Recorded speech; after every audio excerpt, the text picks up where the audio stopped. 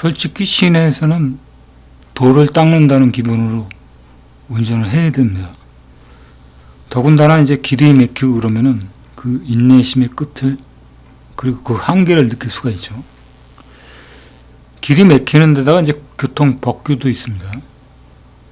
예를 들어서 이제 웬만한 시내의 도로는 제한 속도가 50km 내외죠. 60km 달리는 것도 제한 속도에 이제 어긋나는 겁니다.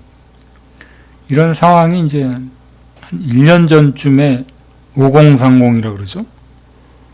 이런 그 시내 도로에서의 속도 제한은 50km로 일률적으로 다 제한을 두고, 스쿨존에서는 이제 30km의 제한 속도를 뒀습니다.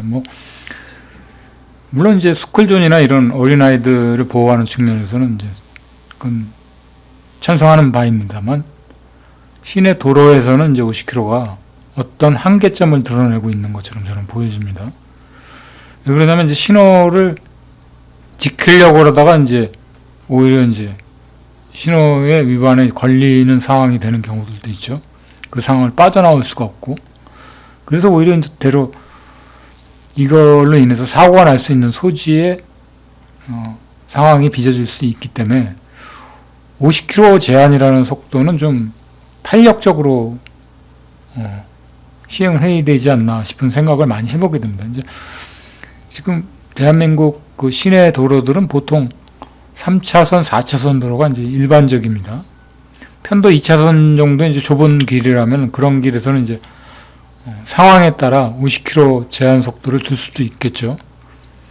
하지만 지금 제가 달려보고 있는 이 분당의 이런 넓은 도로들 같은 경우는 그 출퇴근 시간에 이제 너무 제한적인 속도를 제압을 해버리면은 그 원활한 소통이 이루어지지 않을 경우들이 많이 있습니다. 그래서 이런 부분에 있어서만큼은 좀 탄력적으로 60km에서 70km 내외의 속도로 유지해주는 것도 나쁘지 않으리라 판단해 봅니다. 그리고 1년여 전에도 그 정도의 이제 탄력적인 속도 제한을 두고 운행을 했었던 거죠.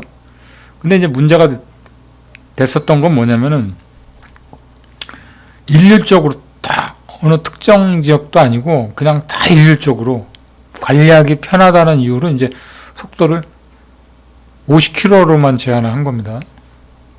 이런 부분들이 이제 그 사람들 입장에서 봤을 때는 50km 제한을 두는 거를 뭐라 그런 게 아니라 일괄적으로 다 그렇게 해버리니까 굳이 50km의 제한을 두지 않아도 될 도로까지도 포함해 버리니까 이건 그물을 쳐버린 상황이 돼버린 겁니다. 그 그물 안에 걸려들지 않을 차량이 없듯이 그 법규에 걸리지 않을 차량이 없는 것처럼 느껴지게 들어오는 거죠. 그런데 실질적으로 이제 고속도로에는 제한 속도를 그렇게 하지는 않았습니다. 원래대로 이제 예전에 한 80km, 90km 속도 제한, 경부고속도로가 최고 속도가 110km인 걸로 알고 있습니다. 뭐 정확한 게 아닐 수도 있죠. 최근에 제가 고속도로를 나가보질 않았었으니까.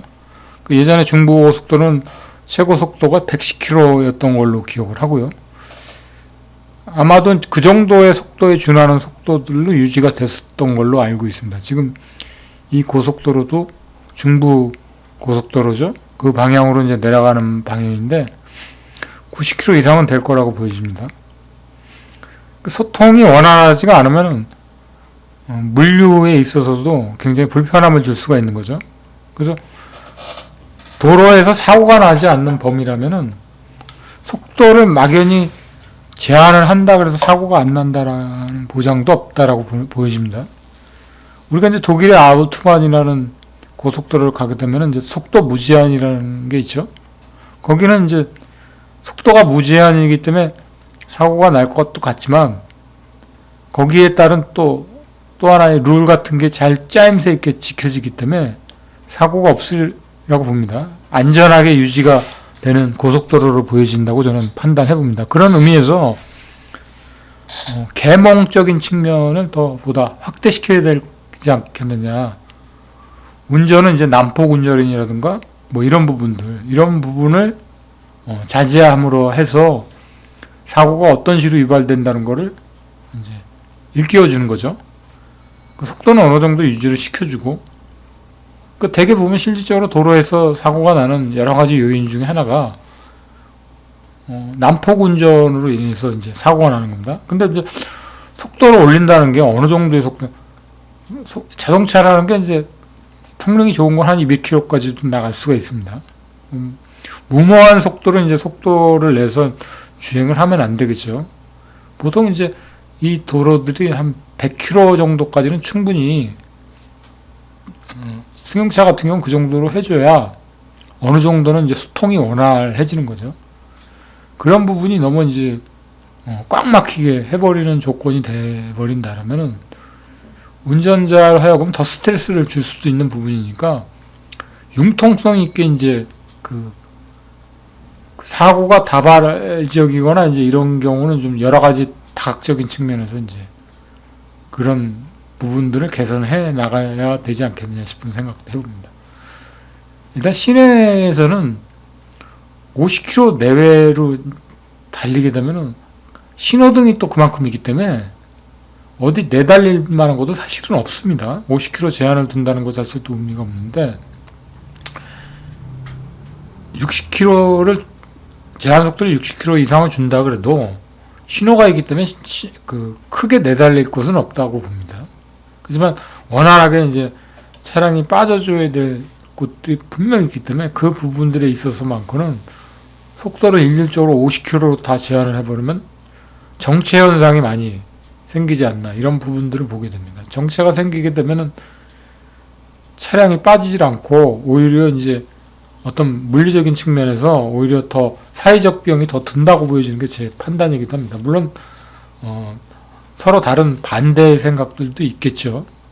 저는 일단은 사고가 안 나는 범위에서 너무 무모한 속도 제한을 두기보다는 탄력적인 속도 제한을 둠으로 해서 사고가 이제 많이 날 법한 곳에서는 강력하게 제한을 두면서도 어느 정도 소통을 원활하게 해줘야 될 것, 그러면서 그쪽에는 운전자로 하여금 이제 계몽적인 측면을 많이 두각시켜서 계몽 운동을 많이 해죠. 운전을 할 때 이렇게 조심해서 운전을 해줘야 된다라는 거를 오히려 그런 거를 이제 의식화해서 운전을 하게끔 하는 게 오히려 더 사고는 없으려고 봅니다.